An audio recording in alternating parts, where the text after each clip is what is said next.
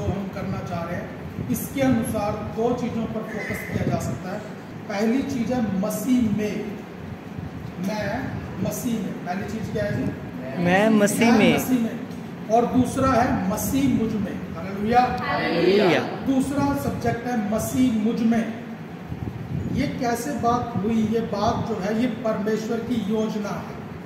यीशु मसीह ने कहा कि जैसे पिता मुझ में है और मैं पिता में हूँ, हे प्रभु, वैसे ही ये मुझ में और हम आप में बने। एक एकता, यूनिवर्सल, एक पिता पुत्र पवित्र आत्मा जैसे एक होते हैं, वैसे ही पवित्र आत्मा हमें पहले स्टेप पे प्राइमरीली बोल रहा है कि मैं मसीह में।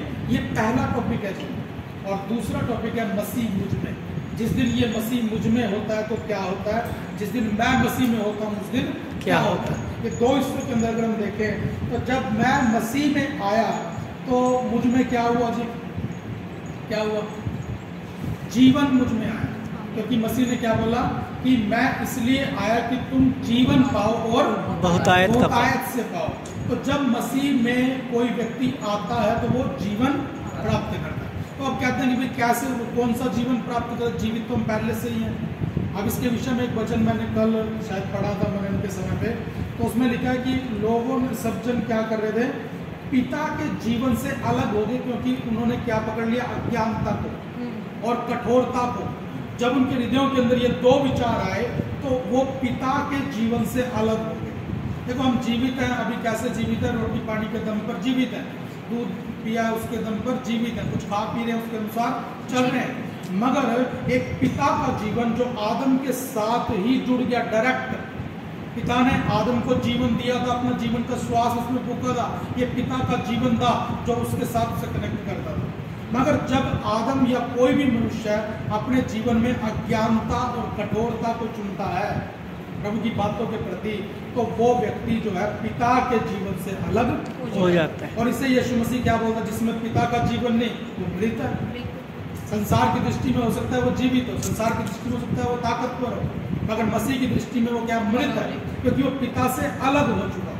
तो जैसे ही मसीह आए उसने हमें क्या दिया? जीवन दिया। अब जब कोई पिता के जीवन से अलग होता है तो क्या होता है? मृत्यु उसके जीवन में एंट्री कर देती। आदम पिता के जीवन से अलग हुआ तो 930 साल के बाद मर गया, मगर 930 साल कैसे जीता रहा वो? जो कि उसका खाना पीना था, उसकी चीज़ों के अनुसार वो चलता रहा। मगर जब मसीह आए तो उसने पहले फोल्ड में हमें पिता के साथ जोड़ा है, और हमारा जो चीज़ कम हो गई थी अदन की वाटिका में, वो चीज़ हमारी रिस्टोर की गई है, और वो है पिता का जीवन। अब हमें इस जीवन को धारण करना, ये पहली चीज़ है, पहला स्टेप है। तो हमें क्या मिला जी? जीवन मिला, जो कि हमें पिता का जीवन है, वही जीवन अब दोबारा मुझ में आ गया। अब मैं रोग से कह सकता हूँ चले जाओ, अब मैं दुष्ट आत्मा से बोल सकता हूँ निकल जाओ, अब मैं अपने जीवन के हालात से कह सकता हूँ कि तुम चेंज हो जाओ, क्योंकि अब मैं पिता के जीवन से जुड़ा हूँ। अब जो श्वास चल रही है जिसके द्वारा मैं बोलता हूँ, ये पिता की श्वास है। इसीलिए ये बातें क्या करती है? एक मसीह व्यक्ति के मुंह से काम करती है। इसीलिए ये चीज़ें जो है, एक मसीह व्यक्ति जो है इन चीज़ों को इस्तेमाल करता है, वो चीज़ें हो जाती हैं। अभी पिछले दिनों की बात है, किसी दूसरे ने एक इसी तरीके से कुछ करने की कोशिश की, वो ग्लूकोज लगवा रहा था, उसके लिए प्रार्थना करके आया मारते हुए। क्यों ऐसे हुआ? क्योंकि ये जो पिता के जीवन से जुड़ना जरूरी है। हम देखते हैं सिकवा महायाजक के जो 7 लड़के थे वो क्या करते थे? जादू टोना करते थे, और उन्होंने पिता के जीवन से जुड़े बिना वो काम करने की कोशिश की जो पिता के जीवन से जुड़े हुए लोग करते थे। मैं ये नहीं कह रहा कि विश्वासी प्रेयर नहीं कर सकते, विश्वासी को ही करनी है। 5 निशानियां विश्वासी की है, ना कि पास्टर की, है ना? कौन कौन सी? कि वो दुष्ट आत्माओं को निकालेंगे, अन्य भाषा बोलेंगे, अन्य भाषाओं में बोलेंगे, और वो प्राणनाशक वस्तु भी पी लेंगे तो कुछ हानि ना होगी, और वो बीमारों पर हाथ रखेंगे वो चंगे हो जाएंगे। सांपों को भी क्या कर लेंगे? उठा लेंगे। न्यू लिविंग ट्रांसलेशन में उसको पढ़ा था, they will handle the serpents carefully, with care. वो बड़ी सावधानी से उन्हें क्या करेंगे? हैंडल करेंगे। हिंदी में सीधे लिख दिया, उठा लेंगे। इसीलिए किसी ने उठा लिया, वो उसके काट गया सब, है ना? तो ये सी पुलिसनेस के वर्क नहीं कर रहे। तो जो ये चंगाई का कार्य है, ये विश्वास करने वालों के अंदर से बहता। हर विश्वासी को इसे करना चाहिए। मगर बिना पिता के जीवन से जुड़े ये करना क्या रहेगा? डेंजरस रहेगा। पिता के मसीह जब आया तो उसने हमें किससे जोड़ दिया जी? पिता के जीवन से जोड़ दिया। कह रहा बिना मेरे द्वारा कोई पिता तक पहुंच सकता नहीं है। कोई कह रहा मैं सिद्धि के दम पे पहुंच जाऊंगा, कोई कह रहा मैं अपने अच्छे कामों के जरिए पहुंच जाऊंगा, नॉलेज के जरिए पहुंच जाऊंगा, नहीं पहुंच पाएगा। तो पहला जीवन कौन सा है? जीवन ये हमें क्या जोड़ देता है? पिता के साथ जोड़ देता है। जो हमने खोया था वो हमें वापस मिल गया। दूसरी चीज क्या? बहुतायत का जीवन। बहुतायत का जीवन का मतलब क्या है? बहुतायत के जीवन का मतलब क्या है? अंदर से जीवन बहे, भरपूरी का जीवन। यदि तू उस जानती कौन तुझसे बातें करता है तो तू उससे जल मांगती, क्योंकि जो कोई इस जल में से पिएगा वो कभी प्यास न हो। उसमें का एक स्रोता बन जाएगा जो अनंत काल के लिए उमड़ता रहेगा। तो ये बात जो बोली थी अनंत काल के लिए उमड़ता रहता है, ये कभी अनस्टॉपेबल है। जब हमारी शुरुआत हुई पिता के जीवन से मैं जुड़ा तो क्या दोबारा उससे अलग हो सकता हूँ? हो भी सकते हैं, हो सकते हैं, हो सकते हैं, क्योंकि अभी क्या है प्राइमरी वर्क चल रहा है ना। हो सकते हैं, अलग हो सकते हैं। अगर आपने दोबारा से अज्ञानता को चुना, दोबारा से कठोरता को चुना, तो जरूर आप दोबारा फिर अलग हो, क्योंकि एक बार पहले भी हो चुके हैं। शैतान ने इसी का इस्तेमाल करके आदम को और हव्वा को उस परमेश्वर की उपस्थिति से खींच के बाहर निकाल दिया। उसके 2 लड़कों में से एक लड़के को भी निकाल लिया और दूसरे लड़के को उसी के जरिए मरवा भी दिया। और उसके बाद एक ऐसा डिवाइड वहां पर हमने देखा कि केन की संतान अलग है और हाबिल शेत की संतान अलग है। इस डिवाइड को हमने देखा। क्यों हो सका? क्यों? कैसे एक व्यक्ति परमेश्वर की उपस्थिति से बाहर आता है? नंबर 1 अज्ञानता, फूलिशनेस, और दूसरी है हृदय की कठोरता। तो ये 2 बातें हमें क्या कर देती है? पिता के जीवन से अलग कर देती है। उस वचन में लिखा है और फिर व्यक्ति क्या करता है? सुन्न हो जाता है। और व्यक्ति क्या हो जाता है जी? सुन्न हो जाता है। सुन्न होके क्या करता है? पाप करता है। क्या इसकी पहचान क्या है? जब पाप करते हैं तो हृदय के अंदर कोई हलचल होती, इसका मतलब क्या है? हमारे अंदर अज्ञानता और कठोरता है, जिसके कारण पिता के जीवन से अलग हो गए और अब सुन्न हो गए। अब क्या कर रहे हैं? पाप। अब ये पाप हमें बर्डन में नहीं डाल रहा। इस कंडीशन से हमें पता लग जाता है कि भी हम क्या हो गए उसे। मगर मसीह ने हमारे जीवन में क्या किया? पहले तो मैं मसीह में आया और जब मसीह मुझ में आ जाता है तो फिर मेरे अंदर से क्या उमड़ता है? बहुतायत का जीवन उमड़ता है। ये अनस्टॉपेबल है और ये अनंत काल के लिए उमड़ेगा। ऐसे बोलते हैं नया जन्म प्राप्त करना, मसीह में नया जन्म प्राप्त करना। और पवित्र आत्मा की इस उपस्थिति को हम ऐसे महसूस करते हैं कि ये कभी भी खत्म नहीं होएगा। अगर कहीं पर कोई टूटी है तो वो बंद की जा सकती है, अगर कहीं पर कोई झरना है, स्रोता है, तो बंद किया जा सकता। थोड़ा डिस्टर्बेंस आ सकती है मगर वो कभी बंद रहेगा नहीं। यहाँ पर यदि कोई व्यक्ति पहुंच जाता है तो फिर ये जीवन अलग नहीं हो सकता। फिर वो अनंत राज्य में प्रवेश कर चुका, फिर वो कर चुका है। अब सेकंड चीज इसके अंदर हम क्या समझें? पहला जो जीवन है वो सेवा को लेने वाला है। पहला जीवन कौन सा है? जब मैं मसीह में आया तो अब मुझे किस चीज की जरूरत है? सेवा की जरूरत है ना, कि मुझे कोई आके क्या करे? प्रार्थना सिखाए। पहली बात तो सिखाए ना, मुझे करे, मेरे लिए क्या करे? प्रार्थना करे। मुझे वचन को पढ़ के सिखाए, समझाए और मुझे संगति के अंदर लेके जाए, मुझे संगति के अंदर से लेके आए। और मुझे यदि और भी कुछ प्रॉब्लम है तो मेरे को गाइड करे। जैसे छोटा बच्चा होता है, जैसे वो डिपेंड होता है पूरी तरीके से, तो उसी तरीके से ये पहला स्टेप है। जब कोई व्यक्ति मसीह में आता है तो वो क्या मांगता है? सेवाएं मांगता है। मगर जब वो बड़ा हो जाता है तब वो क्या बन जाता है? सेवा करने वाला बन जाता है ना। पहले सेवा लेने वाला है, इसका मतलब वो प्राइमरी लेवल है। और जब वो सेवा देने के लिए तैयार है तब उसका सेकेंडरी लेवल। मसीह जब परिपक्व होकर सेवकाई के अंदर आए तो उन्होंने फिर किसी से सेवा ली नहीं। उन्होंने क्या बोला? कह रहा कि मनुष्य को पुत्र सेवा करने आया, ना कि करवाने। मनुष्य का पुत्र ने उसने क्या किया? ये सिर्फ जबानी बात नहीं थी, उसने सबके पाँव भी धोए। और फिर ये मजे की बात है कि दोबारा अपने पाँव धुलवाए नहीं है। ऐसा नहीं होता। कई बार मैंने देखा, कई बार हमसे भी ये गलती हुई, हम दिल्ली सेवकाई करते थे तब, तो सबके पाँव धो दिए। अब धोने के बाद सबने हमारे धो दिए। मैं कहा ये तो गलत हो गया काम है ना। बाद में पता लगा 2-3 महीने के बाद कि ये तो कुछ गड़बड़ होगी, ये वहाँ से कुछ मैचिंग आई नहीं। अगर आज हमने पाँव धोए हैं तो बदले में क्यों पाँव धुलवाने? इसका मतलब तो क्या हो गया? फिर हम वहीं के वहीं आए। हिसाब मसीह ने बराबर। पाँव धोए थे और दोबारा अपने पाँव धुलवाए नहीं। तो ये मसीह ने क्या साबित किया कि मैं मनुष्य का पुत्र सेवाएं करवाने नहीं परंतु सेवा करने के लिए आया है। तो ये हमारे जीवन के अंदर का भी दूसरा स्तर है। जब हम सेवा लेने की बजाय, प्रार्थना करवाने की बजाय प्रार्थना करने लग जाएं तो हम दूसरे स्तर पर हैं। जब हम सेवाएं लेने की बजाय सेवाएं देने लगे तो हम दूसरे स्तर पर हैं। मैच्योरिटी की निशान है। अब आइए एक और चीज़ है। पहले लेवल के अंदर क्या होता है कि हम अपनी मर्जी के अनुसार कार्य करने वाले होते हैं।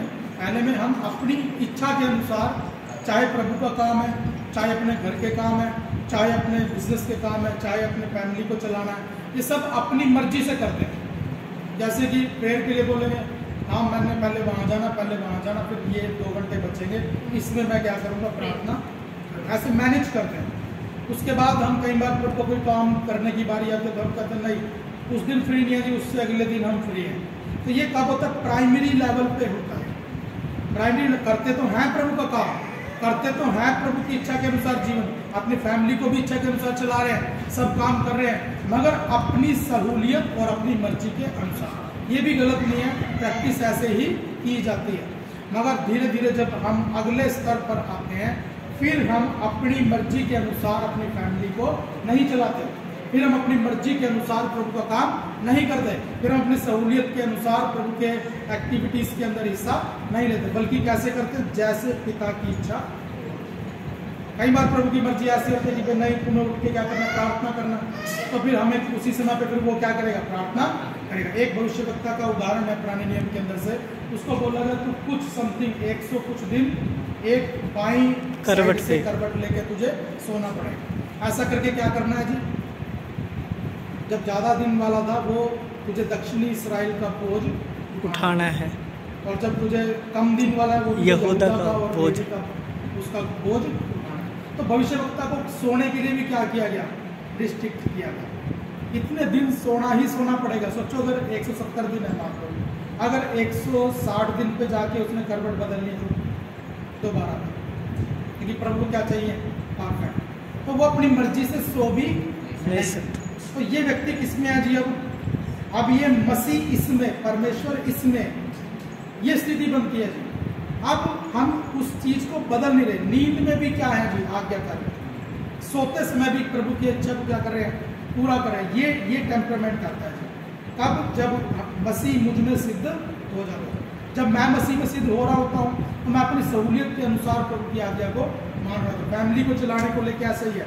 हम कहते हैं भाई ये काम ना करो नहीं तो फैमिली क्या हो जाएगी? बुरा मान जाएगी। ये काम ना करो नहीं तो कलीसिया क्या मान जाएगी? बुरा मान जाएगी। ये इस तरीके से ना बोलो नहीं तो वो बुरा मान जाएगा, इसको बुरा लग जाएगा ना।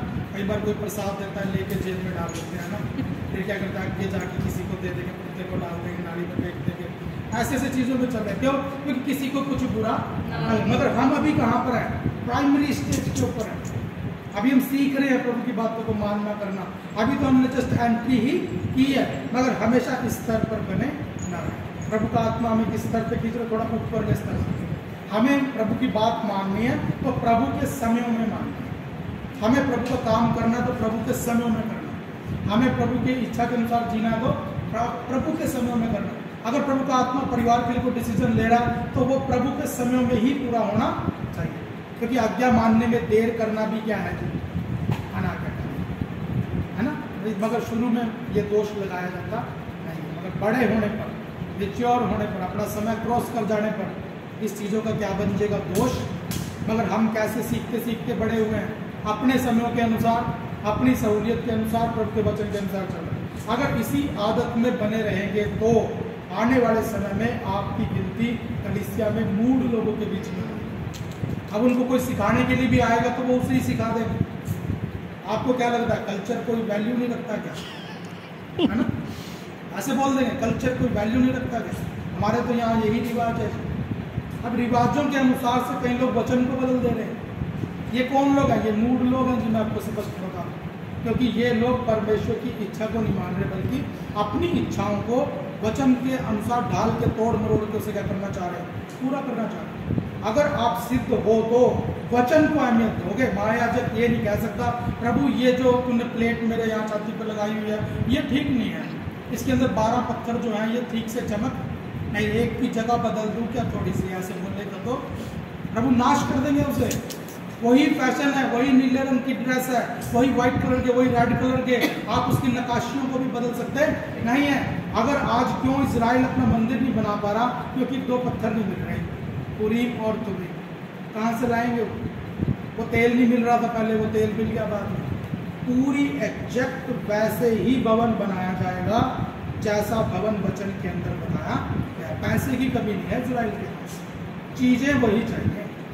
वो जो रेड हाफर चाहिए थी वो भी नहीं मिल रही है ना, अब मिल गया तो उसको भी वो चीज़ों को करेंगे। तो प्रसिद्धता में प्रभु के साथ चलना, ये मैच्योरिटी की क्या निशानी है, हम स्वयं भी जांच सकते हैं। और जब हम प्रभु के अंदर मसीह में, जब मैं मसीह में होता हूँ तो मेरा जीवन क्या होता है जी? आशीषित जीवन होता है। जब मैं मसीह में होता हूँ तो ये जीवन एक आशीषित जीवन होता है। मगर ये आशीषें कौन सी होती हैं? शारीरिक आशीषें होती हैं। कई बार बोलते हैं शरीर की आशीषें तो पाप है, नहीं है, पाप नहीं है, ये परमेश्वर ने हमें दिया है। जब कोई प्रभु तक पहुंच जाता था तब उसे ये मिलता था। शरीर की तंदुरुस्ती परमेश्वर को छू लेने से मिलती थी। आज भी जब प्रभु छूते हैं किसी को तब चंगाई होती है। हम बेशक उसके सिर पे भी बैठ जाए तब भी चंगाई होगी, एक सेवक उसके सिर पे भी बैठ जाए तब भी चंगाई हो सकती नहीं। मगर जब कोई व्यक्ति मसीह को छू ले, विश्वास के द्वारा मसीह को छू ले, तब चंगाई हो जाती है। तो मसीह में जब मैं होता हूँ तो प्राइमरीली मुझे क्या मिलता है? शारीरिक आशीषें मिलती है। यानी कि यदि कोई रोग है तो वो रोग क्या हो जाएगा? चंगा हो जाएगा। यदि कोई दुष्ट आत्मा है तो वो दुष्ट आत्मा छोड़ के चली जाएगी। यदि मैं लॉस में चल रहा हूँ तो मैं प्रॉफिट में चलना शुरू करूँगा। यदि मेरा बिजनेस सही नहीं चल रहा तो मेरा बिजनेस सही चलना शुरू हो जाएगा। यदि मेरे परिवार में लड़ाई है तो वो लड़ाई शांत होना शुरू हो जाएगी। कब? जब मैं मसीह में अपनी शुरुआत को करता हूँ। क्योंकि ये बात मैं किसके अनुसार बोल रहा हूँ? दूसरा पत्रस 1 अध्याय, थोड़ा वचन को देख पाएंगे, है ना? दूसरा पत्रस सामर्थ्य ने सब कुछ जो जीवन और भक्ति से संबंध रखता है। हाँ जी, उस किसने दिया हमें? उसकी ईश्वरीय सामर्थ्य ने, यानी कि कौन है? ये पवित्र आत्मा है। ये कौन है? पवित्र आत्मा ने हमें ये सब चीजें कैसे दी? कौन कौन सी? जो कुछ जीवन से जुड़ा है। जीवन से क्या क्या चीजें जुड़ी हैं जी? रोटी, कपड़ा, मकान, परिवार, रिश्तेदार और हमारा कामकाज और सोशल लाइफ, सामाजिक जीवन।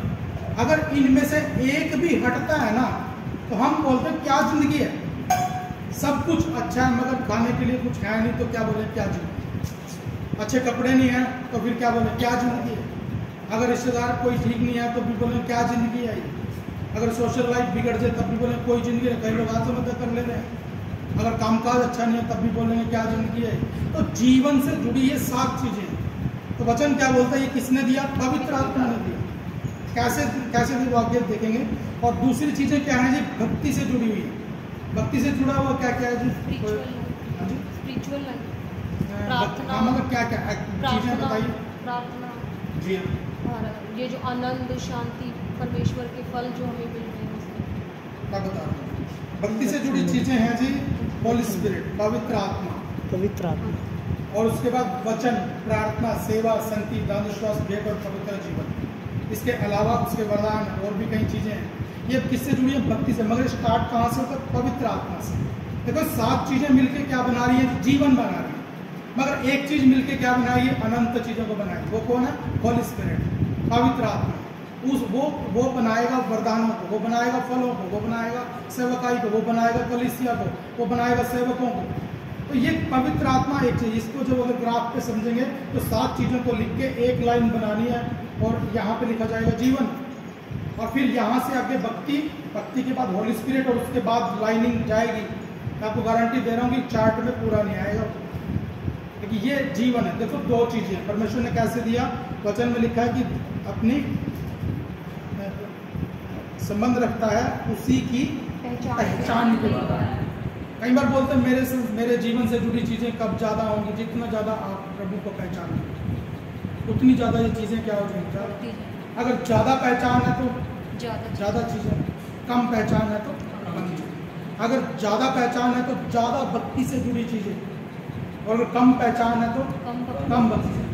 किसी व्यक्ति को देखकर अंदाजा लग जाता है, क्योंकि हम हृदयों को तो नहीं जांच सकते मगर कामों को तो, है ना। वचन में लिखा है हृदय को कौन जांचता है जी? परमेश्वर। और संसार किसको जांचता है? कामों का।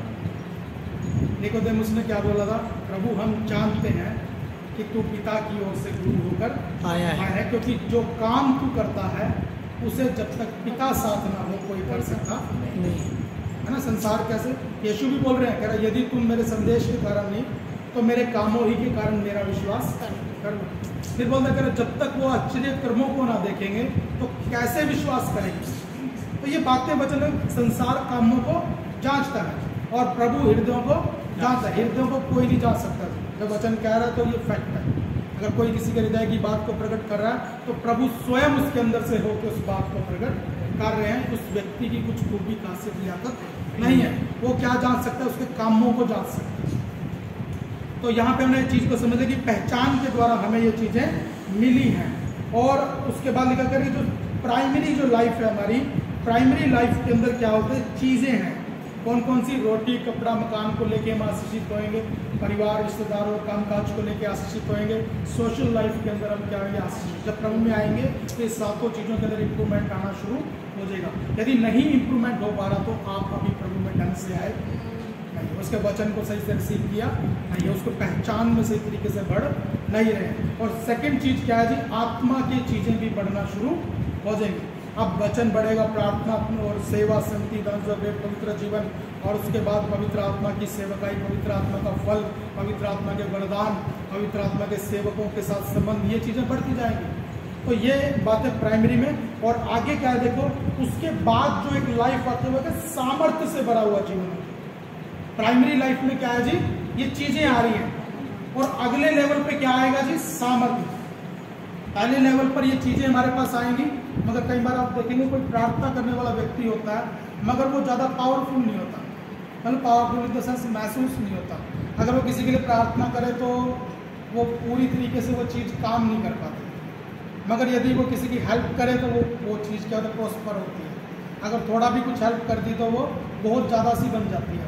देखो एक यहाँ प्राइमरी लेवल पर हम चीज़ों को अपने जीवन में धारण करते हैं, चीज़ों के द्वारा ही सेवकाई करते हैं। हमने इन 7 चीज़ों के अंदर प्रभु से आशीष पाई और इन 7 चीज़ों में ही आशीष को आगे ट्रांसफर करते हैं। और आत्मा में हमने उन 5 पवित्र आत्मा के कार्य हैं और 6 विश्वासी के गुण हैं, और इन चीज़ों में आके 7 वरदान हो जाते हैं, आगे जाके इतनी सेवकाइयाँ हो जाती हैं। तो इन सब चीज़ों को आत्मा में भी क्या करते हैं? धीरे धीरे थोड़ा थोड़ा रिसीव करते हैं और ऐसा ही इसको यूज भी करने लग जाते हैं। तो ये सब चीज़ों को बंदा महसूस कर सकते हैं, ठीक है। तो ये प्रभु के अंदर प्राइमरी लेवल की लाइफ है, समझ गए? ये क्या प्राइमरी लेवल की लाइफ है। अब जो सेकेंडरी लेवल की लाइफ है वो अलग है। सेकेंडरी लेवल की लाइफ में आपको क्या होगा? सामर्थ्य होगी। परिवार साथ होगा नहीं होगा पता नहीं है, मगर क्या होगा? सामर्थ्य, है ना। अगर परिवार हमारे पास कुछ साधन होंगे चाहे नहीं होंगे, मगर सामर्थ्य होगी। अगर हम शायद तंदुरुस्त भी ना हो मगर तब भी क्या होगा? सामर्थ्य होगी। अब मेरे काम मेरे साधनों से नहीं होंगे जी, मेरे काम परमेश्वर की सामर्थ्य से होंगे। कोई एग्जांपल याद आता है जिसने सामर्थ्य के साथ सेवकाई करी हो? पौलुस। हाँ, पौलुस से उसकी फैमिली उसके साथ में थी, इवन उसकी कलीसिया भी उसके साथ। एलिशा, एलिया। हाँ, एलिशा, एलिया, इन्होंने भी सामर्थ्य के द्वारा से सेनाओं के सामने प्रभु की सामर्थ्य के साथ खड़े हुए। और कोई? पतरस भी ऐसा। और कौन? पतरस भी ऐसे होकर सोना और चांदी तो मेरे पास है नहीं, मगर जो मेरे पास है वो मैं तुझे दे रहा हूँ। ये सामर्थ्य है। फिलिपुस भी है, उसने भी उसको खोजे को अनंत जीवन का अधिकारी बना दिया। और कोई एग्जाम्पल याद है? कौन? दाऊद, स्तिफनुस। हाँ, स्तिफनुस। और जिन्होंने नहीं बताया, और गुड़िया लिखने पे ज़्यादा फोकस ना करें, अंडरस्टैंडिंग पे ध्यान दें। कोई आप एग्जाम्पल बताओ। हाँ, मूसा जी है। और आप बताओ, कुछ मिसिंग लग रहा है? यीशु। प्राइम हमारा जो क्या है वो टारगेट है यीशु। उसको क्रूस पे चढ़ाया गया, मार पीट दिया गया, इवन कपड़े भी उतार के लोगों ने जुआ खेल लिया। अभी भी वो क्या है? सामर्थ से भरा है। अभी भी वो परमेश्वर किसी को ब्लेस कर सकता है। अभी भी उसके अंदर से गुस्सा आ नहीं रहा, मगर मूसा में से गुस्सा आया था जी एक बार, दाऊद के अंदर से व्यभिचार आया था जी एक बार, पतरस के अंदर से अविश्वास आया था जी एक बार, पौलुस के अंदर से कलीसिया का तोड़ा जाना आया था जी एक बार, है ना। सब में कुछ कुछ कमी थी, मगर मसीह में कुछ कमी नहीं थी। इसीलिए हमारे अंदर दाऊद का अभिषेक नहीं आता, मसीह का हमारे अंदर मसीह का अभिषेक आता, हमारे अंदर शुरुआत में, पौलुस ने कलीसिया को तोड़ा। शुरू में राजे, अच्छा शुरू में जब, थोड़ी नहीं थी, हाँ जब शाऊल, ठीक है। जाके पतरस को ना सारी सभा में बेइज्जती करके आया था वो, हाँ है ना। ये क्या है उसके बाद खतना के, हाँ हाँ ठीक है है ना। हाँ जी। और उसके बाद उसका एक शिष्य उसके साथ था, टाइटस उसका नाम था, तीतुस उसका नाम था, उसने उनके प्रेशर में आके क्या करवा दिया, उसका खतना करवा दिया था। बाद में क्या बोलता है, जो इसने खतना करवाया उसको मसीह से कुछ लाभ नहीं है, इसका मतलब उसके साथ क्या कर दिया इसने, गलत किया। और उसके बाद प्रेशर में आके उसने क्या कर दिया जी, अपना सिर मुंडवा दिया, और मंदिर में जाके क्या पूरी कर रहा है, मन्नत। क्या दिखाना चाह रहा है उसके बाद कि मैं भी मूसा की व्यवस्था को मानता हाँ, हूँ, पुराने नियम में। ये कलीसियाओं का अगवा और गलती कैसे कर रहे हैं, है ना। तो ये कमी है ना। इसीलिए हम किसी व्यक्ति के अभिषेक की डिमांड नहीं करते। बिल्कुल। हमें मूसा का अभिषेक नहीं चाहिए, हमें एलिया का अभिषेक नहीं चाहिए, हमें एलिशा का अभिषेक नहीं चाहिए, हमें किसी दाऊद का, पतरस का, पौलुस का, किसी का अभिषेक नहीं चाहिए। क्यों? अगर आप उसकी खूबियों को धारण करोगे, उसकी कमियां भी आपके अंदर आएंगी। एलिशा में कोई कमी लगती है? एलिशा ने जो वो रिछनियाँ भेज दी करके थी, भाग गया था वो, गुस्सा आ गया था विजय उसका। वो से। एलिया तुमने भागा मुझे था। गंजा बोला कैसे, है ना। हाँ। गंजे पे गंजा बोल के वो चिढ़ गया, आउट ऑफ कंट्रोल हो गया। क्या बोल रहा है रिछ- कि यदि मैं तेरा दास हूँ, अभी रिछनियाँ आ जो, है ना। ये क्या बात है, मांग रहे हैं लोग, अभिषेक मांग रहे हैं, डबल पोर्शन दे दो, डबल पोर्शन दे दो। डबल पोर्शन नहीं चाहिए हमें, पवित्र आत्मा चाहिए। पवित्र आत्मा को मल्टीप्लाई किया जा सकता है, जो उसके साथ गुना होएगा वो भी वही बन जाएगा, हाँ, नहीं। है ना। कोई जरूरत नहीं है उसे मल्टीप्लाई होने की, वो इतना ही इनफ है। और मैं आपको बताऊं, पौलुस आपके अंदर समाये ना समाये, पवित्र आत्मा आप में समा सकता है, क्योंकि हम प्रिपेयर किए गए हैं परमेश्वर के रहने के लिए। बोलता है पौलुस, कह रहे क्या तुम नहीं जानते कि तुम पवित्र आत्मा का मंदिर। तो सोचो कौन बसेगा इसमें। पवित्र आत्मा। अविश्वासी लोग भी हनुमान के मंदिर में दूसरे की मूर्ति नहीं लगने देंगे, लगने नहीं देंगे। मगर जब हम परमेश्वर के हैं, हमें तैयार किया गया है किसके लिए, पवित्र आत्मा के रहने के लिए। और हम कह रहे हैं प्रभु दाऊद का अभिषेक दे दो जी, हम कह रहे हैं पौलुस का दे दो, हम कह रहे हैं पतरस का दे दो, एलिशा का दो जी। एलिशा के पास डबल पोर्शन था, अरे उसने बिल्कुल थोड़ा सा मांगा था, थोड़ा सा उसे मिला है। मूसा का अभिषेक लेके क्या करेंगे हम, लास्ट में गलती करेंगे, शैतान आएगा, मेरा बंदा है ये, तुम कहाँ लेके जा रहे हो। मिकाइल भी मदद कर सकता नहीं है, यहूदा की पत्री में लिखा है, मिकाइल साइड में खड़ा होकर बोलता प्रभु मुझे डांटे। लड़ने वाला एक स्वर्गदूत, हमारी सुरक्षा के लिए तैनात एक सिपाही, वो शैतान को मार के भगा नहीं रहा, बल्कि शैतान आके उसको क्या बोला, पीछे हटाओ, ये मेरा मेरा मेरा। मूसा के विषय हम इनका अभिषेक क्या करेंगे बताओ।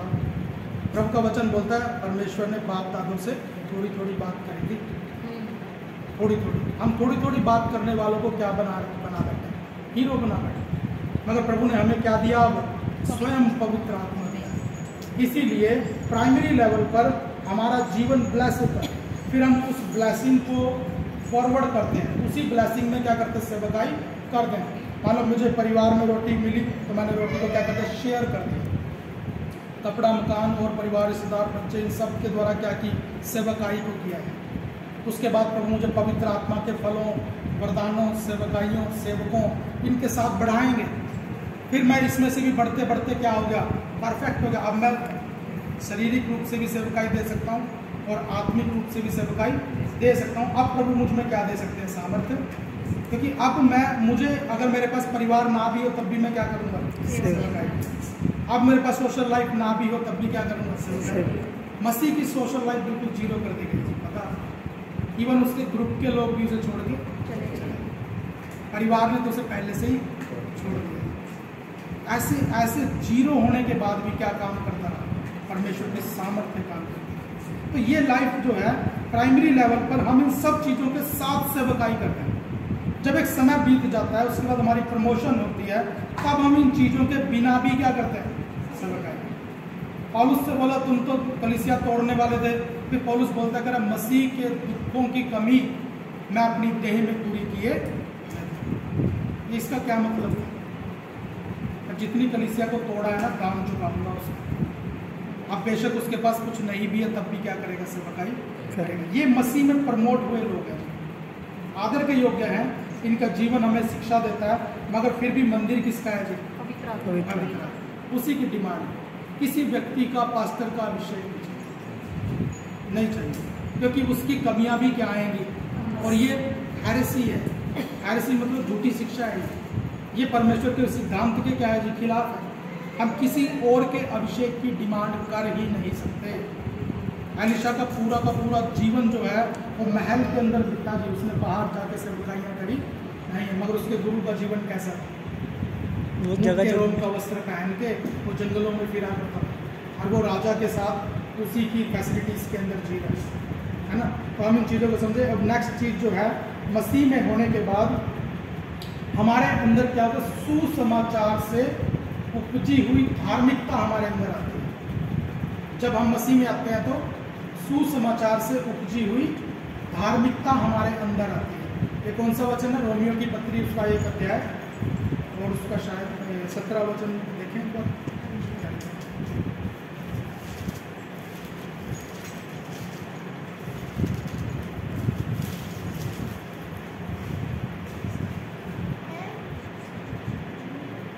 पढ़ें जिसको मिला। क्योंकि उसमें परमेश्वर की धार्मिकता विश्वास से और विश्वास के लिए प्रकट होती है। प्राइमरी लेवल पर क्या होता है कि जब सुसमाचार हमारे पास आता है, हम उस पर विश्वास करते हैं। हो सकता है इसलिए कि शायद मेरे मन में हो कि मैं विश्वास करूंगा और मैं चंगा हो जाऊंगा, क्योंकि आजकल सुसमाचार भी कैसे सुनाते हैं, चंगाई तो विश्वास करेगा तो चंगा हो जाएगा। और दुष्ट आत्मा निकल जाएगी, ये हो जाएगा, भला हो जाएगा, सारी बातें हो जाएंगी, है ना। तो प्राइमरी लेवल का जो विश्वास है, सुसमाचार को जो हमारी कन्फर्मेशन है, वो हमारे अंदर क्या उग जाती है जी, परमेश्वर की धार्मिकता उग जाती है। परमेश्वर की धार्मिकता हमारे अंदर है। ये कौन है परमेश्वर की धार्मिकता? हमें परमेश्वर ने अपनी धार्मिकता बनाया, मगर ये पहले कौन था, यीशु मसीह। कह रहे वो हमारे लिए पाप बन गया ताकि हम परमेश्वर की धार्मिकता बन जाए, क्योंकि जो उसकी राइचियसनेस थी वो हमारे ऊपर आ गई, और हमारा पाप का स्वभाव किधर चला, अपना पाप के काम उसके ऊपर ट्रांसफर हो गए। तो अब इस बात को समझ लो कि हमने जब प्राइमरी लेवल पर अपना फिजिकल या मेंटली या हमारे दिमागी स्तर का विश्वास दिया, तो हमारे अंदर क्या आ गया, परमेश्वर की धार्मिकता आ गई। अब ये परमेश्वर की धार्मिकता जो है, इसके द्वारा अब कुछ उत्पन्न होता है। समझ ले बात? प्राइमरी लेवल का जो विश्वास है, उसने मुझे क्या दे दिया, परमेश्वर की धार्मिकता। अब मैं इस धार्मिकता को समझना है, मेरा टारगेट क्या, मैं इस धार्मिकता को समझ लूँ, मुझे इस धार्मिकता के साथ अपना तालमेल बिठाना है।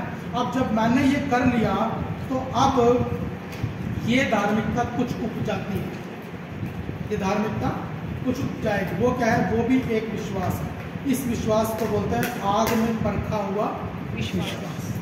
आग में परखा हुआ विश्वास, ये धर्मी विश्वास है। और ये कौन का बात है, सेकेंडरी लेवल पर आता है, जिसके अंदर होकर हम क्या हो जाते हैं, इस सामर्थ्य में प्रमोट हो जाते हैं। जब तक ऐसा ही विश्वास करते रहेंगे, हम सिर्फ मसीह में हैं। प्राइमरी लेवल में विश्वास करा और तब धार्मिकता अंदर आई। जी, सुसमाचार पर मैंने विश्वास किया। हो सकता है मैंने अंदाजा लगाया, जैसे कि कोई जन खड़ा हुआ प्रचार कर रहा था, उसने बोला था कि प्रभु स्वर्ग में ले जाएंगे और कोई पुनर्जन्म नहीं होता जी, और एक ही बार मरेगा, दूसरी बार न्याय हो जाएगा। मैंने ये सुना था ऐसे, तो मैंने दिमाग लगाया, कैलकुलेशन करी, हमारे में कौन है जो ये काम कर देंगे, किसी ने, कोई नहीं कर सकता, तो मैं क्या करूँगा, इसी को देखना पड़ेगा, है ना। मुझे अच्छा लगा, पुनर्जन्म से क्या मिल रही है, मुक्ति मिल रही है। मैंने माइंड लगाया ना, आत्मा का भी काम होगा, मगर मैंने सोच विचार करके पहले अपनों को चेक किया, अपनों में कुछ नहीं मिला तो जाके करा।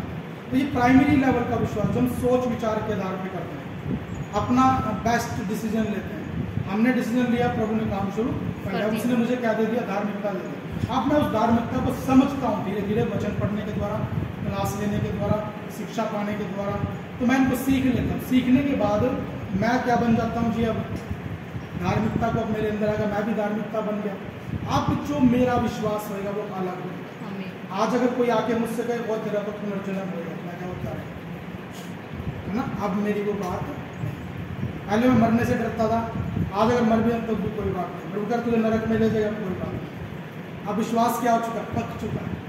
अब कोई आके मुझे बोले कि तेरा उद्धार छीन जाएगा, हाँ चल तू छीन भी हो, है ना, छीन ले भी, अगर जैसे छीनता हो तो छीन ले। मेरे अंदर कुछ हलचल मचती नहीं। वचन क्या बोलता है, कह रहा है कि वो उपदेशों की प्यार से भगाए इधर उधर उड़ाए जाते नहीं क्यों, है। क्योंकि उन्होंने उनका वचन के ऊपर क्या हो गया, विश्वास नहीं रहा। ये वो विश्वास है जो धर्मी विश्वास है। ये विश्वास डगमगाता नहीं है। पता लगा किसी, अभी ब्रजेंद्र जी को गिरफ्तार कर लिया गया था पिछले साल, उनमें से कईयों का विश्वास क्या हो गया, डगमगा गया। उनके जो पीछे चलने वाले थे कईयों का विश्वास डगमगा, यानी कि विश्वास किस पे था, विजेंद्र जी। उन्हीं पे था। इसीलिए ये विश्वास अब क्या डगमगाता नहीं है। सभी ले जो, एक जन कह रहा सरकारी हॉस्पिटल के सामने की बात है, केमिस्ट की दुकान पे खड़े खड़े मदर टेरेसा का वो मनाया जा रहा था, स्टैचू। जन्मदिन मनाया जा रहा था, कुछ ऐसे सिस्टम था। तो लड़ रहे वहाँ पे लोग खड़े होके, तो कह रहे ये तो विदेशी थी, ये तो ये थी, और इसका तुम सम्मान कर रहे हो, छुट्टी कर दी तुमने। मतलब दोनों में लड़ाई हो रही उस समय। तो मैं भी चला गया, कह रहा आ गया एक और ईसाई आ गया, कह रहा यहाँ पे। मैं कहा जी क्यों आ गया ईसाई, कह रहा तुम तो है। लगा हाँ चल ठीक है, आगे बताओ क्या हो गया। कह रहे इसका सम्मान कर रहे हैं, हमारे महापुरुषों का सम्मान हो नहीं रहा। तो अब उसका सम्मान करने के लिए उनको क्या लग जा रहा है, परेशानी हो जा रही है। तो मैंने बोला भी जो सम्मान के योग्य है उसे सम्मान मिलेगा। दिया जाएगा, जो नहीं है उसको नहीं दिया जाएगा। वो और चिढ़ गया। मैंने तो उसको चल वैसे ही टलाने के लिए बोल दिया था, मगर वो और चिढ़ गया कि हमारे लोगों को क्या बता रहा है ये, बिना सम्मान के। वो पोप को गाड़ियाँ देने लगे, पोप को गाड़ियाँ देने लगे। मैं क्या देता रहा, हम भी नहीं मानते। उसको पता नहीं है क्या हो रहा है क्या नहीं हो रहा, मगर वो अपने माइंड से क्या लगा रहा है, सोच रहा है इनका पोप है, हमारा धर्म। मैं क्या एप्लीकेशन लिखो और यहाँ तू मूर्ति बना ले अपनी तरफ से, है ना, जगह खरीद ले, यहाँ पे 2 फुट जगह कर तो कोई दुकान वाला दे ही देगा, यहाँ उसकी मूर्ति लगा लो, खुद लगा लो, नहीं गवर्नमेंट लगाने, मगर ये काम करेंगे। तो हम इन बातों को समझें कि धार्मिकता के द्वारा क्या निकल के आता है जी, विश्वास निकल के। जो धर्मी विश्वास है वो कभी हटता नहीं। ये धर्मी विश्वास देके आप स्वर्ग से कुछ करवा सकते हैं। ये वाला विश्वास देके आपको अनुग्रह और दया से जो मिलता है वही मिलेगा, है ना। ये सोच विचार का ये साजिशों वाला दिमाग लगा के प्रभु से जो मिलता है वही मिलेगा। मगर यदि धर्मी विश्वास आपके पास है, आप स्वर्ग से काम करने को ऑर्डर दे सकते हैं, है ना। जिसके पास धर्मी विश्वास होता है ना, स्वर्ग आके उसकी सेवा टहल करता है, जैसे मसीह की करेगी। क्योंकि मसीह किस पे टिके रहे, धर्मी विश्वास है, परखे हुए विश्वास पर टिके रहे।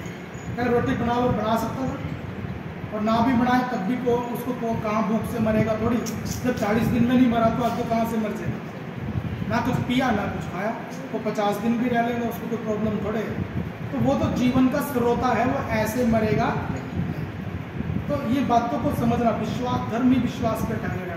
ये ही धर्मी विश्वास पाया हुआ व्यक्ति लाजर की कब्र के बाहर खड़ा होकर बोल सकता है कि प्रभु मैंने तेरी महिमा करके नहीं तेरे पास आया, महिमा करिए। धर्मी विश्वास तेरी सेवकाई में लगाया है, परखे हुए विश्वास के साथ लोगों की प्रार्थनाएं करी हैं। अब कह रहा तू मेरी महिमा कर। लाजर को खुद भी जीवन दे सकता था, मगर सबको कह रहा ये आश्चर्यक्रम इसलिए किया गया ताकि तुम विश्वास करो। इसलिए इस धर्मी विश्वास के लिए हमने क्या करना है, प्रमोट होना है। तो इस बात को ये समझ लो, ये होती है शुरुआत। प्राइमरी लेवल पर जो हमने चीज़ें देखी है क्या है जी, शुरुआत। शुरुआत में ऐसी होती है, यदि आपके साथ हो रही है तो आप अभी कहाँ हो, प्राइमरी लेवल पर। और प्राइमरी लेवल से सेकेंडरी लेवल पर अगर हमने जाना है तो आपको इम्प्रूव करना पड़ेगा, जरूर इम्प्रूव करना पड़ेगा। क्योंकि वचन बोलता है कि सूर और सैदा के लोग भी खड़े होकर तुम्हारे ऊपर क्या करेंगे, उलाना देंगे। क्या उलाना देंगे, यदि इतने आश्चर्यक्रम हम हमारे में करता तो हम ये कभी का टाट ओढ़ के उपवास करके रात में बैठ के मन फिरा चुके हो। यानी कि जब न्याय के समय पे बहुत सारे चैलेंजेस हम देखने को मिलेंगे। ऐसे ऐसे लोग आके हमसे कहेंगे इसे कहाँ कुर्सी पे बैठा दिया, इसे कहाँ पर ये आदर का पद दे दिया, तो वहाँ पर आपकी जो डिग्निटी है ना वो डाउन नहीं जानी चाहिए। वहाँ पर ये कच्चे प्राइमरी लेवल का जो सिस्टम है, ये वाले लोग यहाँ पे कंफ्यूज होंगे। इसीलिए वचन बोलता है सिद्ध बनो जैसे तुम्हारा स्वर्गीय पिता सिद्ध है। हमें सिद्ध होने के लिए, पवित्र होने के लिए, हमें एक्सपर्ट बनने के लिए बुलाया गया। एक कलीसिया को प्रभु दास बोलता है इब्रानियों की पुस्तक में, समय के लिहाज से तो तुम्हें अभी तक गुरु हो जाना चाहिए, मगर अभी भी तुम किस में फंसे हो? 6 शिक्षाएं वहाँ पे दर्ज हैं जी। अभी भी तुम इन्हीं 6 शिक्षाओं पर तुम्हारी कंफ्यूजन जाती। कौन इन शिक्षाओं को लेके उलझे हुए हैं? उनमें कौन कौन सी 6 शिक्षाएं हैं? पढ़े देखिए कौन कौन सी शिक्षाएं हैं। याद हो तो किसी को बोल नहीं सकता। बपतिस्मो, हाथ रखने, पुनरुत्थान, पुनरुत्थान,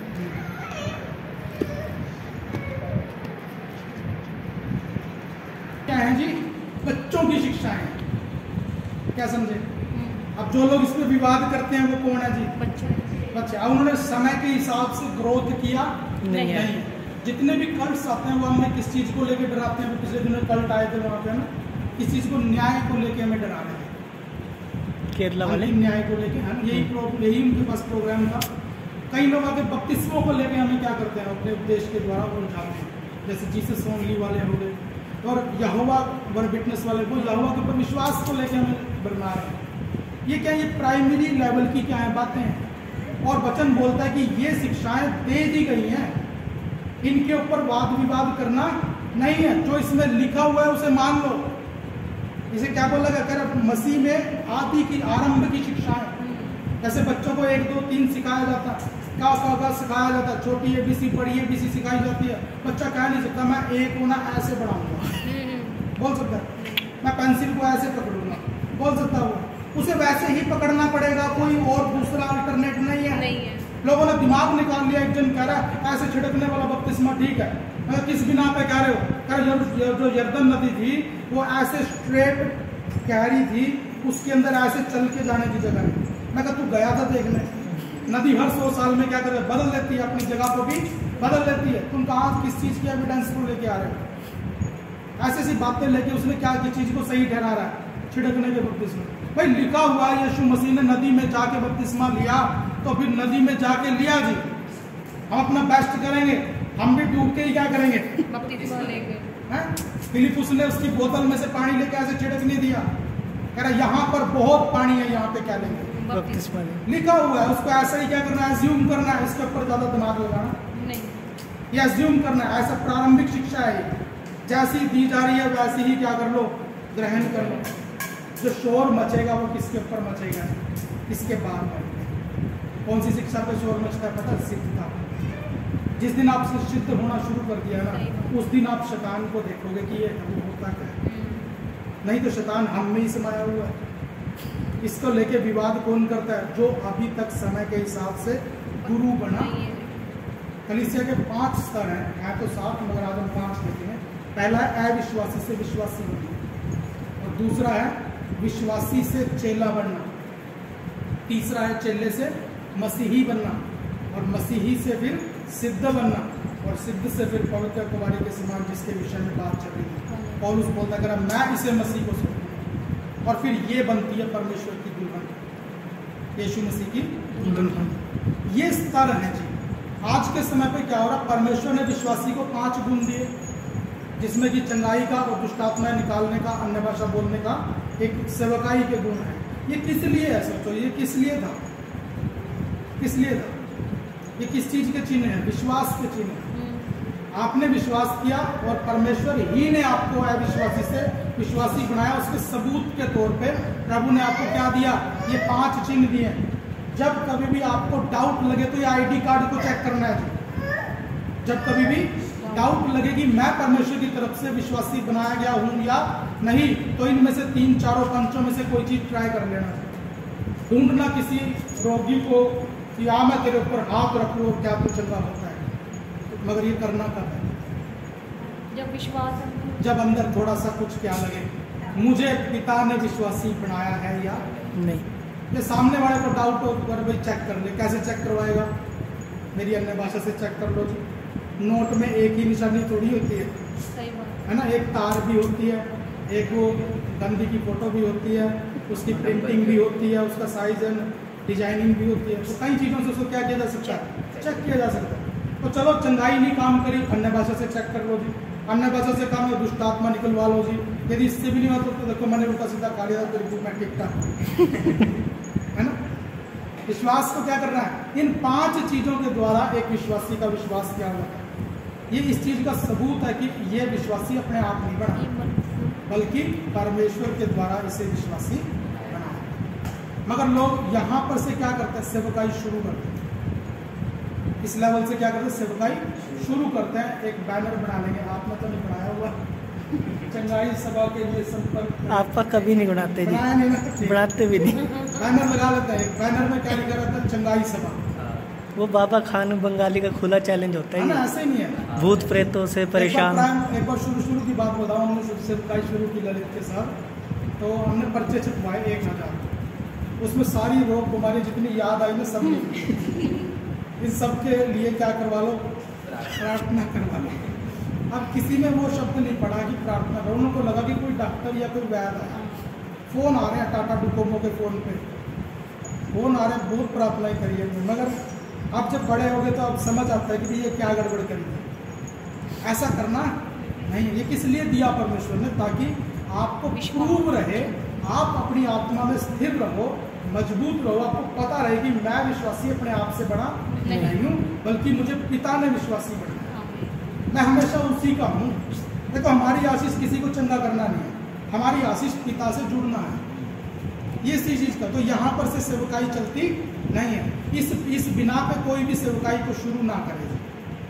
अगर भविष्य में भी प्रभु किसी को सेवकाई के लिए बुलाते हैं तो इस बिना पे सेवकाई शुरू नहीं करेगी। दुष्ट आत्मा मुझसे भाग जाती है जी, मैं रोगियों को क्या कर चंगा कर देता हूँ जी, मेरी प्रार्थना बहुत सामर्थ्य है, इस बिना पे सेवकाई शुरू नहीं हो सकती। ये बिल्कुल ही कच्ची नींव है जो कि आने वाले समय में बैठेगी या शैतान इसे खरीद के ले जाएगी। उसी का काम है जो यहाँ से सेवकाई शुरू करवाता है, ये शैतान का ही काम है, क्योंकि उसने उसके बढ़ते समय है ना, छोटे बच्चे को कोई दुकान पे, चाय की दुकान पे लगाया, कितना बेकार लगता है। उसने क्या कर दिया, उसके भविष्य को, मगर वो पता क्या बोल रहा है, कह रहा तुम्हारा बच्चा कितने साल का है, कह रहा 7 साल का, और कह रहा ये है 6 साल का, ये कमाता है 1500 रुपये महीना, तुम्हारा बच्चा कितना कमाता है, ये 1500 रुपये महीना खर्च करवाता है, तो बताओ किसका अच्छा हुआ।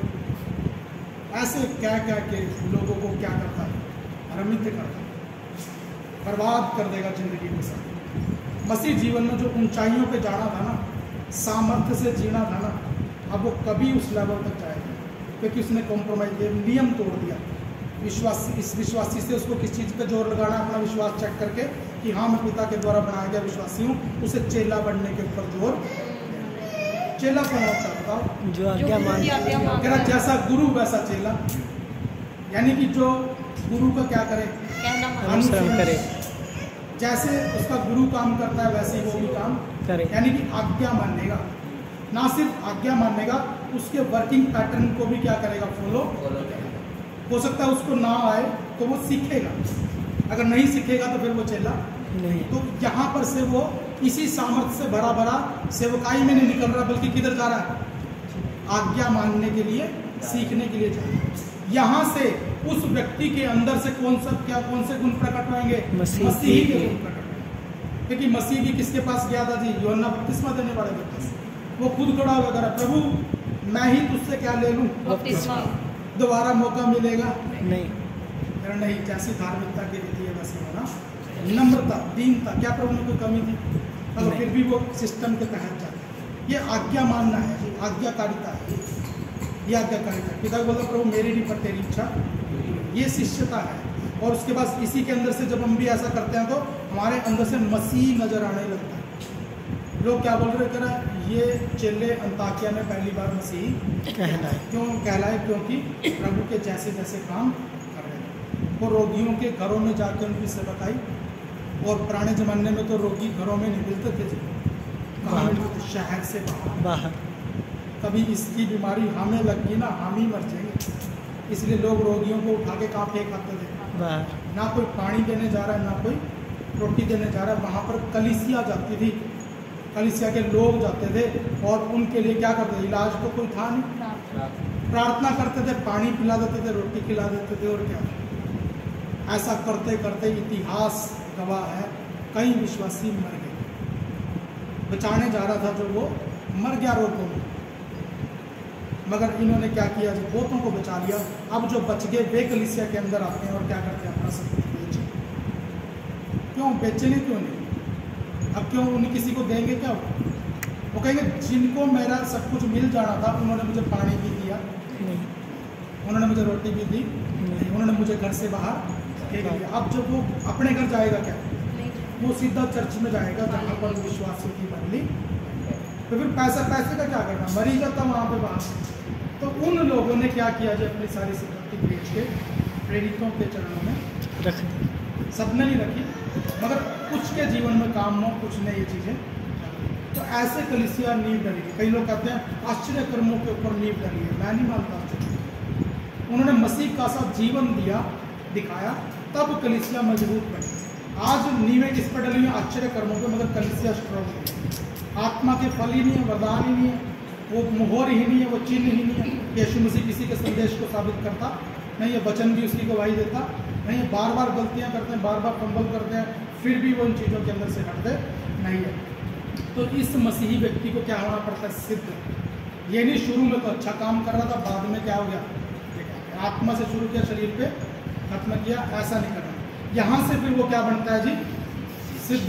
जब ये सिद्ध बन गया, गर्मी में भी, सर्दी में भी, अच्छे में भी, बुरे में भी क्या करता है? सिर्फ मसीह को प्रकट करता है, तो वो सिद्ध है। इस व्यक्ति यहाँ से चुनाव किया जाता है किसका? सेवक। कलीसिया के अंदर इन 6-7 स्तरों में से ये चौथे लेवल का स्तर है। जब व्यक्ति सिद्ध हो गया, मसीह को दिखाते दिखाते, यहाँ से चुनाव होता है। पौलुस विश्वास करते ही सुसमाचार की सेवकाई में नहीं आया। एक बार आया था तो फिर उसको टोकरी में डाल के छोड़ा और वो भाग, है ना? कितना बड़ा प्रभु का दास। मगर उसके 14 साल के बाद फिर दोबारा सेवकाई में आता है। अब पत्थर मारे जाते हैं, फिर वापस लग जाते हैं। अब सेवकाई को छोड़ के भागता, और जो भागता है उससे भी क्या हो जाता है? नाराज। कौन भागा था उसको छोड़ के? जब लड़ाई क्लेश बढ़ने लगा तो पौलुस को कौन छोड़ के भागा था? मरकुस या सिलास, इन दोनों में से मरकुस। यहाँ तक कि इसके चक्कर में तो बरनबास से क्या होगी? लड़ाई होगी थी। अब बरनबास और वो पत्र दोनों क्या हो गए? अलग अलग हो गए। ये बात को समझ लेना है। ये बात हमारे जीवन में आई है। तो अब सिद्ध बनने की सेवकाई, सिद्ध बनने से पहले कोई सेवकाई के अंदर आना किसी का ठीक नहीं है। अरे सिद्धता पर पूरा जोर लगा, एक दिन में प्रभु सिद्ध बना देंगे, मगर हमारा तैयारी क्या होनी चाहिए? बिल्कुल करेक्ट। और अंतिम बात है, अंतिम बात को हम एक एग्जाम्पल लेंगे कि क्योंकि ये जो सेवकाई का साधन है, ये जो शिक्षा की जो बात है, एक एग्जाम्पल है सेवकों की जो हम डिस्क्राइब कर रहे थे। कलीसिया बनाने वाले जो लोग होते हैं, इनका जो डिस्क्रिप्शन हम कोशिश करते हैं समझने की, तो 2 एग्जाम्पल आते हैं। एक आता है एलियाजर का एग्जाम्पल और दूसरा आता है हेगे का एग्जाम्पल। एलियाजर के एग्जाम्पल की सिर्फ एक स्टोरी को समझेंगे, बाकी सिर्फ आउटलाइन है। एलियाजर के जीवन में क्या हमें एक खास बात याद रहती है? उसने परमेश्वर से प्रार्थना की थी इसहाक की शादी के लिए, और परमेश्वर ने वो सबूत पक्का दिया था। मतलब वो क्या था? एक गुलाम था, हाँ, है ना? वो क्या था? एक गुलाम था। और किसके घर में रहता था जी? अब्राहम के घर में। अब्राहम के घर में परमेश्वर आया जाया करता था। जब उसने वो बछड़ा पकड़ा था ना, तो उसी को दिया था चलने। साइलेंटली उसके पीछे क्या रहता था? खड़े साइलेंटली। कुछ भी सेवक जब ऐसे हाथ को लेके गए तो ये साथ था वहाँ, हर घटना के साथ कौन था? यही विश्वास दास। इसे वो क्या करता है? अपना बेटा मानता है। जब परमेश्वर कह रहा आशीष दूंगा, ये करूँगा, प्रभु यही मेरा क्या बनेगा? वारिस। उसको अपना बेटा मान रहा है, उसको अपना वारिस मान रहा है। अभी तो ऊपर उठा दिया, फिर प्रभु कह रहे ना ये नहीं चलता, दूसरा मैं अपना अभी उठाया, अभी नीचे भी। मगर इसकी सेवकाई के अंदर विश्वास योग्यता में कोई कमी आई नहीं। ये होता है सेवक का प्रभु की कलीसिया प्यार करने वाले का है। अगर उसको कोई उठा रहा है तब भी खुश है, कोई नीचे गिरा रहा है तब भी खुश है। और इसके जीवन में एक और खास बात है, इसने 10 ऊँटों को क्या किया था? चुना। 10 ऊँटों को चुना। किसके? अपने स्वामी के भंडारों में से 10 ऊँटों को चुना। और इनके ऊपर क्या लाता था? बहुमूल्य उत्तम से उत्तम चीज़ें जो इब्राहिम के पास थी उसमें से उनको इकट्ठा कर लिया और इन्हीं को लेके क्या कर रहा जा रहा है, इन्हीं को लेके जाके वहाँ पे क्या, उसने क्या प्रार्थना करी, प्रभु कौन इसहाक के लिए दुल्हन बनेगी जो इनको मेरे बिना पूछे क्या करेगी, पानी पिलाएगा। ऊँट तो साथ ही है, मांगा तो खुद के लिए था पानी, मगर क्या भी कर रही है, करेगी जो। देखो उन ऊँटों के बारे में बात है कि वो बहुत सिद्ध थे, बहुत ज़्यादा परफेक्ट थे और यहाँ तक कि हज़ारों में एक होंगे जो, क्योंकि इब्राहिम के पास भी क्या थे, बहुत सारे थे, मगर उन बहुत सारों में से जो थोड़े से अच्छे थे, उन थोड़े से में से भी बेस्ट को इसमें चुना था। तो ऐसे ऊँटों को देख के सबका आकर्षण था, सब देख रहे थे बहुत अच्छे हैं, बहुत अच्छे, बहुत अच्छे, मगर बेचारों की प्यास किसी को नजर नहीं आई, है कि नहीं जी। इसे कौन देखेगा, मगर उन ऊँटों के ऊपर जो लदा हुआ वो सब कुछ देख रहे हैं, मगर उनकी प्यास किसी को नजर आ, क्योंकि वो ताकतवर है इसलिए महसूस भी नहीं हो रहा प्यासे, है ना, ताकतवर है ना काफ़ी। उसने क्या पहचान करेगी, करा वही जिसकी नज़र इनकी प्यास को पहचान, वही किसके योग्य है, इसहाक की दुल्हन। और इस एग्जाम्पल के अंदर समझ लो इब्राहिम पिता के रूप में हम इसको एग्जाम्पल एज्यूम कर सकते हैं और इसहाक पुत्र के रूप में, और रिबका जो है वो कलीसिया की तस्वीर है। पुराने नियम के अंदर, बाइबल के अंदर 7 तस्वीरें हैं, 7 लेडीज़ हैं और 7 तरह के कैरेक्टर्स हैं, दृष्टांत है कि कलीसिया के अंदर ये गुण होते हैं, इनमें से एक रिबका है। उसने क्या किया जी, इस ऊँटों की ऊपर जो लदा हुआ सामान था उसकी तरफ भी ध्यान दिया होगा जरूर, मगर उसकी प्यास को उसने क्या कर दिया, ह्यूमनिज्म उसके अंदर बहुत ज़्यादा। अब उसको बोलना नहीं था इनको पानी पिला दो, मगर उसके मन में क्या आया होगा, इतने बढ़िया क्वालिटी के ऊँट और प्यासे लेके घूम रहा है ना, खुद नहीं पिला रहा अपने लिए पानी, तो सोच रही कि कैसे इसको मैं क्या कर दूँ, थोड़ा सा पानी पिला दूँ, मगर उसको पता कभी ये रोक ना दे। सोचो उसने ही क्या कर लिया, उससे पानी मांग लिया और वो बोलते कर मैं तुझे भी पानी पिलाऊंगी और तेरे पीछे ऊँटों को भी पिलाऊं। देखो जितना भी उन ऊँटों पे लदा था ना वो सब किसको मिल गया, रिबका को। ना सिर्फ रिबका को वो चीज़ें मिली, रिबका की फैमिली को भी वो चीज़ें मिली, है ना। तो कलीसिया संसार से ही आती है, मगर कलीसिया को पहचाना कैसे जाता है, ये एलियाजर सेवक की भूमिका में है जी। एक सेवक क्या करता है, रिस्पॉन्सिबिलिटीज़ को लेके चलता है। अगर मान लो एक सेवक ने सेवकाई शुरू की है तो उसके पास एक दर्शन है, यदि किसी के पास दर्शन नहीं है तो वो सेवकाई में नहीं है जी, वो पिकनिक मना रहा है, चाहे विश्वासी हो और चाहे वो सेवक हो। यदि किसी के पास कोई दर्शन नहीं है, जीवन का कोई मिशन नहीं है, तो वो सिर्फ आए पिकनिक पे और कुछ नहीं कर रहा होगा। तो यदि एक व्यक्ति के मेरे पास मान लो मेरा विजन नहीं है, तो मैं दूसरे के विजन में सहभागी हूँ, उसके मिशन के अंदर मैं अपने जीवन को डाल दूँ, तो जब तक मुझे नहीं मिलता तब तक मैं इसके साथ क्या रहूँगा, सहभागी रहूँगा। तो यहाँ पर वो एलियाजर जो है वो 10 ऊँटों को लेके जाता है और ये क्या सिद्ध है, सारे के सारे आशीषों से लदे हुए हैं। हर एक जन इन्हें प्राप्त करने की इच्छा कर रहा है, हर एक जन इसके ऊपर लदी हुई चीज़ों को प्राप्त करना चाह रहा है, मगर मिलेंगे किसी को भी, किसे मिलेंगे, कलीसिया को। मगर कलीसिया कौन है, जो इनकी प्यास को क्या करे, पहचान, जो इन रिस्पॉन्सिबिलिटीज़ में एक एग्जाम्पल लगा सकते हैं, एलिगोरी मेथड में है ये, और आने वाले समय जब प्रीचिंग स्टाइल देखेंगे तो उसमें ये एलिगोरी मेथड आएगा बीच में, तब हम उसको समझेंगे। तो इसके अंदर हम ऐसे एज्यूम कर सकते हैं, मान लो कि ये एक सेवक के द्वारा ठहराई गई 7 रिस्पॉन्सिबिलिटीज है। ये किस आधार पे है, प्रेरितों के काम की पुस्तक उसका 2 अध्याय के अनुसार है। जैसे कि प्रेरितों ने कलीसिया के सामने क्या क्या रिस्पॉन्सिबिलिटीज रखी थी। नंबर 1, हर दिन प्रेरितों से शिक्षा पाना। रिबका ने ऊँटों के ऊपर लदी हुई चीज़ों को देखा, ऊँटों की प्यास को भी देखा। नहीं, प्यास को देखा, चीज़ों के विषय में वहाँ कुछ। तो अब रिबका कलीसिया को दर्शा रही है जी। अब हमें किसकी प्यास को देखना है, हाँ जी, हमें अभी वही बता रहा। एलियाजर लेके आया था 7 ऊँटों को, ये क्या है, उसके कलीसिया चुनने का एक तरीका था, कलीसिया की पहचान करने का एक तरीका था एलियाजर का, कि जो इन ऊँटों की प्यास पहचान दे ना वही इसहाक के योग्य है। आज भी एलियाजर एक सेवक क्या है, एलियाजर की भूमिका में होकर संसार में क्या कर रहा है, सबसे मसीह के लिए दुल्हन तो ढूंढ रहा है, उसके सामने फिर वो भी कैसे जाए, अपनी इन 10 ऊँटों को लेके जाए, मगर ये ऊँट उत्तम वस्तुओं से क्या होना चाहिए, लदे होने चाहिए। और ये ऊँट क्या है, रिस्पॉन्सिबिलिटीज़ हैं जी ये सारी, क्योंकि जो इसके ऊपर की चीज़ों की कामना करेगा, उसे प्राप्त करना चाहेगा, उसे इनकी प्यास को क्या करना पड़ेगा, जाना, यानी कि इनकी सेवकाई करनी पड़ेगी।